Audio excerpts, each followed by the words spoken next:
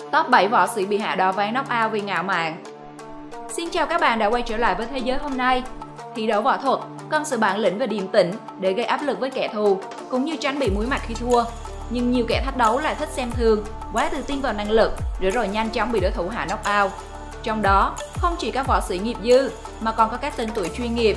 Hậu quả không chỉ là từ nỗi đau thể xác bởi những đòn mạnh mẽ, mà còn đánh mất cả uy tín cá nhân, phụ lòng người hâm mộ. Trong video này, Thế giới hôm nay sẽ giới thiệu 7 võ sĩ bị hạ knockout vì quá ngạo mạn. 7 võ sĩ bị hạ đỏ ván knockout vì ngạo mạn.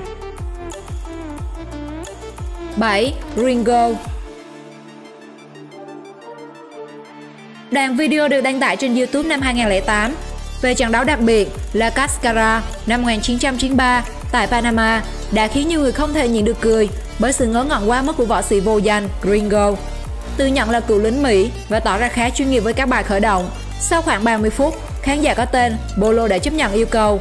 Điều bất ngờ xảy ra khi Ringo bị đấm gục nhanh chóng bởi cú đấm thẳng chính xác của Bolo.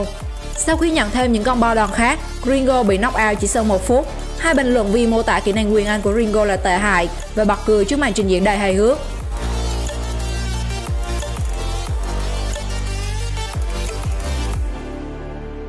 6. Nhắc Long.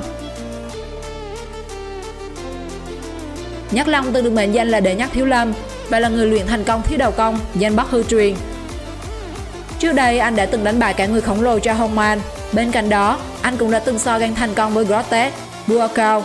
Tuy nhiên, trong trận đấu có phần kỳ quặc với võ sư MMA Pete Horn, sau khi Nhắc Long duy trì thế trận ngang ngửa, thậm chí có phần nhỉnh hơn so với đối thủ, thì lại ngạo mạn tự giơ mặt lên trên đối thủ đấm ở hiệp 2. Kết quả, sau khi dính trọn một cơn mưa đòn, Nhắc Long nằm vật xuống sàn như một khúc gỗ. Trận thua đã tạo ra nỗi thất vọng cho người yêu thích Kung Fu Trung Quốc.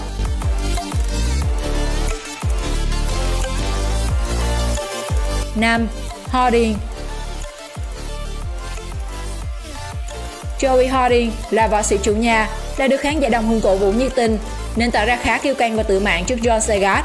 Harding liên tục nhảy múa và làm trò mèo trước mặt đối thủ. Thực tế, Harding thi đấu tốt trong 2 hiệp đấu đầu tiên, nhưng mọi chuyện đã thay đổi ở hiệp đấu thứ 3. Khi Segat đang tập trung cao độ, thì Harding vẫn lơ là nhảy múa.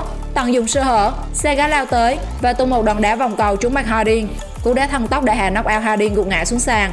Tận dụng thời cơ, Segat tiếp tục tung mưa đòn vào Harding cho tới khi trọng tài buộc can thiệp.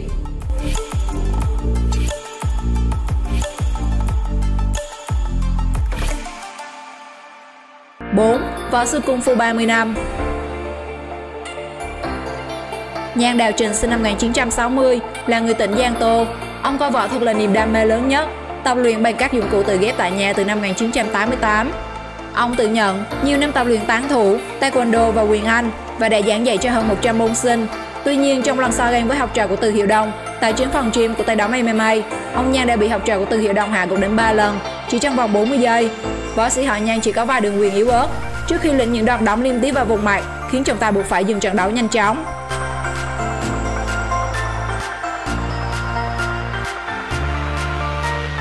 3. Julian Wally.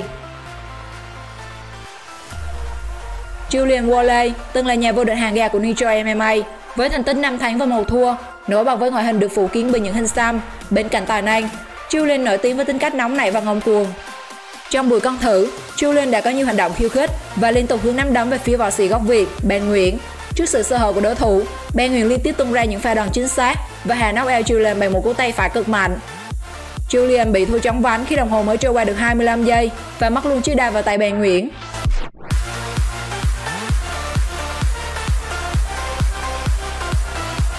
2. Võ sĩ nghiệp dư. Đoạn video ghi lại diễn biến một trận thực chiến chóng vánh giữa một võ sĩ kiêu ngạo vô danh với Jamari Holloway, ngôi sao trong làng MMA. Anh chàng vô danh tự nhận huyền thoại bất bại, đã đến câu lạc bộ MMA mới khai trương tại tiểu bang Bắc Carolina, Mỹ và lên tiếng thách thức tất cả. Trận đấu bắt đầu, Holloway chủ động vờn đối thủ bằng các bước di chuyển linh hoạt quanh sàn đấu. Sau vài giây đầu tiên thận trọng, kẻ thách thức lộ rõ vẻ mất bình tĩnh và liên tiếp tấn công thiếu chính xác. Sau đó, Holloway tung một cú trái cực mạnh khiến đối thủ choáng váng. Gần 1 phút tranh tài, Holloway kết thúc trận đấu bằng 2 pha đấm thẳng liên tiếp vào cằm đối thủ vô danh.